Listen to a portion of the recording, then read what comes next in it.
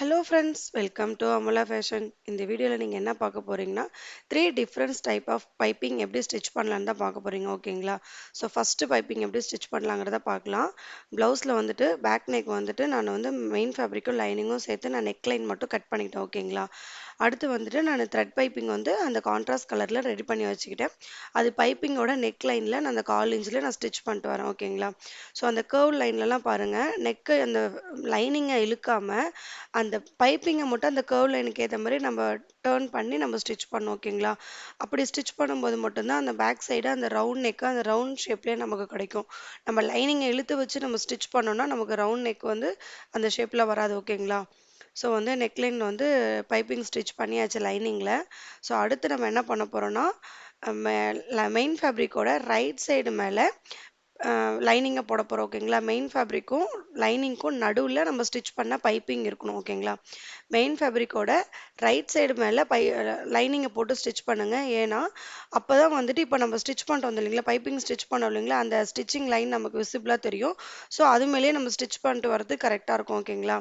So இப்போ மறுபடியும் இப்போ நம்ம ஸ்டிச் பண்ணிட்டு வந்தோம் இல்லைங்களா, பைப்பிங் ஸ்டிச் பண்ண லைன் மேலேயே நம்ம வந்து ஸ்டிச் பண்ணிட்டு வரலாம்.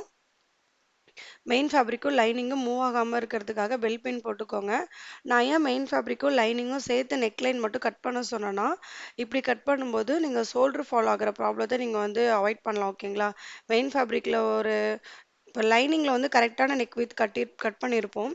மெயின் ஃபேப்ரிக்கில் வந்து அந்த அளவுக்கு நெக் வித் அதே அளவு கரெக்டாக எக்ஸாக்டாக வச்சு நம்ம பண்ண முடியாது. பண்ணாலும் அது கரெக்டாக வராது. பிகாஸ் நம்ம ஸ்டிச் பண்ண அது தள்ளிக்கிட்டே போகும். இந்தமாரி நீங்கள் கட் பண்ணிட்டீங்கன்னா உங்களுக்கு பெர்ஃபெக்டான நெக் லைன் கிடைக்கும். ஓகேங்களா? ஸோ ஸ்டிச் பண்ணிட்டு இந்தமாரி க்ராஸாக நாச்சஸ் போட்டு இப்படி இழுக்கும்போது ஸ்ட்ரைட் லைன் வரணும். அப்படி வந்தால் தான் நமக்கு வந்து அந்த ரவுண்ட் நெக்கு ரவுண்ட் ஷேப்பில் வரும். ஓகேங்களா?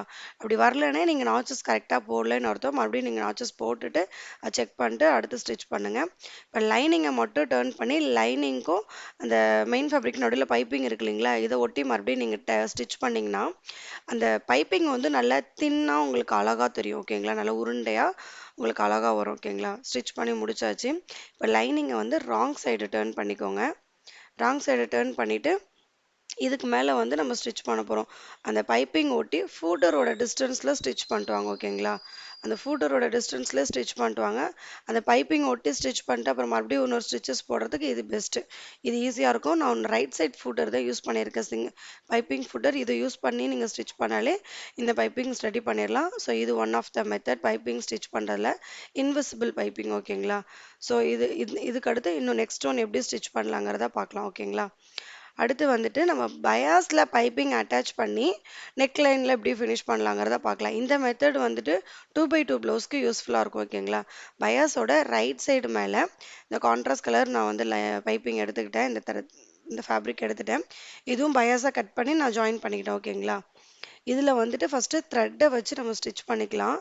த்ரெட்டை வச்சுட்டு ஸ்டார்டிங்கில் ஒரு லாக் ஸ்டிச் போட்டுக்கோங்க. ஓகேங்களா? லாக் ஸ்டிச் போட்டு ஸ்டிச் பண்ணும்போது தான் அந்த த்ரெட்டு கரெக்டாக இருக்கும். நம்ம அப்படியே வச்சு ஸ்டிச் பண்ணும்போது த்ரெட்டு வந்துடும். ஓகேங்களா? ஸோ இந்தமாதிரி லாக் ஸ்டிச் போட்டுட்டு நீங்கள் ஸ்டிச் பண்ணுங்கள். பயாஸோட ரைட் சைடு மேலே இந்த பைப்பிங்கை வச்சு ஸ்டிச் பண்ணுங்க. ஓகேங்களா? பிகினராக இருக்கவங்களுக்கு வந்துட்டு பைப்பிங் தனியாக ரெடி பண்ணி இப்போ நான் க்ரீன் கலர் காமிச்சேன் பார்த்தீங்களா, அதுமாரி நீங்கள் ரெடி பண்ணிவிட்டு நீங்கள் இதில் அட்டாச் பண்ணலாம். இல்லை எனக்கு நல்லாவே ஸ்டிச் பண்ண வரும் அப்படின்னா நீங்கள் பயாஸ் மேலேயே இப்படி வச்சு நீங்கள் ஸ்டிச் பண்ணிக்கலாம். இது ஒரே வேலையாக முடிஞ்சிடும். ஓகேங்களா? இல்லைன்னா பைப்பிங் தனியாக ரெடி பண்ணணும், அதே லென்த்துக்கு மறுபடியும் பயாஸ் மேலே வச்சு நம்ம ஸ்டிச் பண்ணணும். ஸோ இது 2 வேலையாக இருக்கும். நீங்கள் இப்படி பொறுமையாகவே ஸ்டிச் பண்ணுங்கள். ஓகேங்களா? பயாஸோட ரைட் சைடு மேலே நம்ம பைப்பிங் வச்சு ஸ்டிச் பண்ணிகிட்டு இருக்கோம்.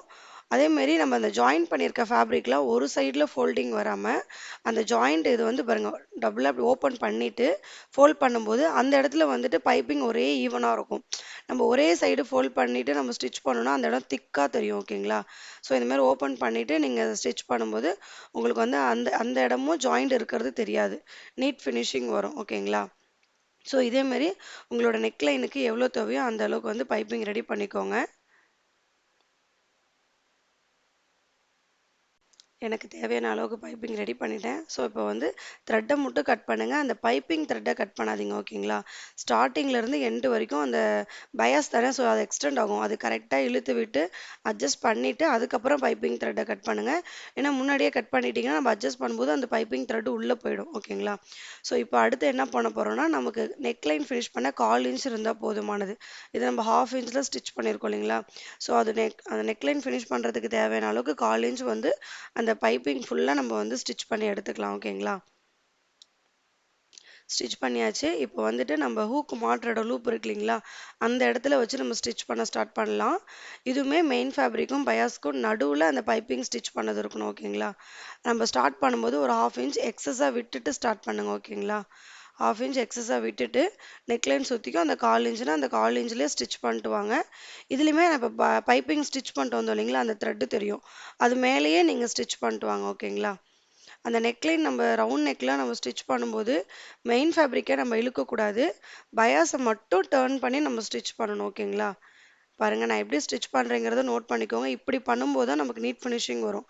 நான் கையில் ஹோல்ட் பண்ணி பைப்பிங்கை மட்டும் அந்த பயாஸை மட்டும் வளைச்சு கொடுத்து நான் ஸ்டிச் பண்ணுறேன் ஓகேங்களா? அதேமாரி பண்ணுங்கள். உங்களுக்கு வந்து பைப்பிங் நீட்டாக இருக்கும். ஏன்னா நம்ம இழுத்து பிடிச்சி தைக்கும்போது பேக் சைடு ரவுண்ட் நெக்கு ரவுண்டாகவே வராது. இன்னொன்று நெக்கு வந்து அப்வர்டில் துணி தூக்கிக்கும். அது விசிபிளாக நல்லா இருக்காது பார்க்க ஓகேங்களா? ஃப்ரண்ட்லேயுமே பாருங்கள் ரவுண்ட் நெக்குக்கு நான் அழகாக பயாஸை மட்டும் டர்ன் பண்ணி நான் ஸ்டிச் பண்ணுறேன். அதனால தான் பயாஸில் கட் பண்ணி நம்ம ஃபினிஷ் பண்ணுறோம் நெக்லைன் ஓகேங்களா? ஸோ முடியும் போது ஒரு 1/2 இன்ச் எக்ஸஸாக விட்டு முடிங்க. அடுத்து வந்துட்டு கட் பண்ணிவிட்டு நாச்சஸ் போட்டுக்கோங்க ஓகேங்களா? நாச்சஸ் கொஞ்சம் கிராஸாக போட்டிங்கன்னா உங்களுக்கு வந்து அந்த ஃபினிஷிங் கரெக்டாக வரும். நீங்கள் ஸ்ட்ரைட்டாக கட் கொடுக்கறத விட நீங்கள் இதுமாரி கொஞ்சம் கிராஸாக நீங்கள் நாச்சஸ் கொடுத்து ஸ்டிச் பண்ணி பாருங்கள். உங்களுக்கு நல்லாவே தெரியும் அந்த நெக் ஷேப்லாம் கரெக்டாக உங்களுக்கு வரும் ஓகேங்களா? ஸோ ஃபுல்லாக நெக்லைன் சுற்றிக்கும் இந்தமாரி நாச்சஸ் போட்டு இதுமாரி முடிச்சுக்கோங்க. அடுத்து வந்துட்டு நம்ம பைப்பிங்கை சாரி லைனிங்கை மட்டும் டர்ன் பண்ணி ஃபோல்ட் பண்ணி இப்படி டர்ன் பண்ணிக்கோங்க. இப்போ நான் எப்படி ஃபோல்ட் பண்ணேன்றதை பார்த்தீங்களா? அதேமாரி ஃபோல்ட் பண்ணிவிட்டு இப்போ பைப்பிங் ஒட்டி நம்ம ஸ்டிச் பண்ணிட்டு வரணும் ஓகேங்களா? ஸோ இந்தமாரி இதுலேயே டபுள் ஸ்டிச் போடும்போது பைப்பிங் இதுலேயும் தின்னாக வரும் ஓகேங்களா? ஸோ பிகினராக இருக்கவங்க இந்த மாதிரி நீங்கள் ஸ்டிச் பண்ணிங்கன்னா ஃபஸ்ட் டைம் நீங்கள் ப்ளவுஸ் ஸ்டிச் பண்ணும்போதே உங்களுக்கு ஈஸியாக வந்துடும் ஓகேங்களா? முடியும் போதும் ஃபோல்ட் பண்ணிட்டு அதேமாரி ஸ்டிச் பண்ணி முடிச்சிருங்க. இப்போ அடுத்து ராங் சைடில் வந்து எக்ஸஸாக பயாஸ் ஃபேப்ரிக் இருக்கும் ஓகேங்களா? இதை வந்து கட் பண்ணி எடுத்துருங்க. நெக்லைன் சுற்றிக்கும் கட் பண்ணி எடுத்துட்டு அந்த பயாஸை வந்து நம்ம ராங் சைடு டர்ன் பண்ணி ஸ்டிச் பண்ணலாம் ஆர் ஹெம்மிங் பண்ணலாம். நான் வந்து இதில் ஸ்டிச் தான் பண்ண போகிறேன் ஓகேங்களா? ஸோ இப்போ இதே வந்து அந்த ஃபூடரோட டிஸ்டன்ஸ்லேயே நம்ம வந்து பைப்பிங் ஒட்டி அந்த ஸ்டிச் பண்ணிட்டு வந்தோம்னா நமக்கு வந்து நீட்டான நெக்லைன் கிடச்சிரும் ஓகேங்களா? அது கரெக்டாக அந்த ஃபூடரோட டிஸ்டன்ஸ்லேயே ஸ்டிச் பண்ணிட்டு வாங்க. 1/2 இன்ச்லாம் நீங்கள் எடுத்துகிட்டு போனீங்கன்னா மறுபடியும் உங்களுக்கு ரவுண்ட் நெக்காகவே வராது. ஸோ இந்த குட்டி குட்டி ட்ரிக்ஸ் நீங்கள் ஃபாலோ பண்ணி ஸ்டிச் பண்ணாலே நீட்டான பைப்பிங் உங்களால் ஸ்டிச் பண்ணி கொடுக்க முடியும். பாருங்கள் ரவுண்ட் நெக் அழகாக அந்த ரவுண்ட் நெக் வருதுங்களா? ஸோ இதுதான் மெத்தட். நீங்கள் இதேமாரி நீங்கள் ட்ரை பண்ணி ஸ்டிச் பண்ணி பாருங்கள். நெக்லைன் சுற்றிக்கு இதேமாரி நம்ம வந்து டாப் ஸ்டிச் போட்டுக்கலாம்.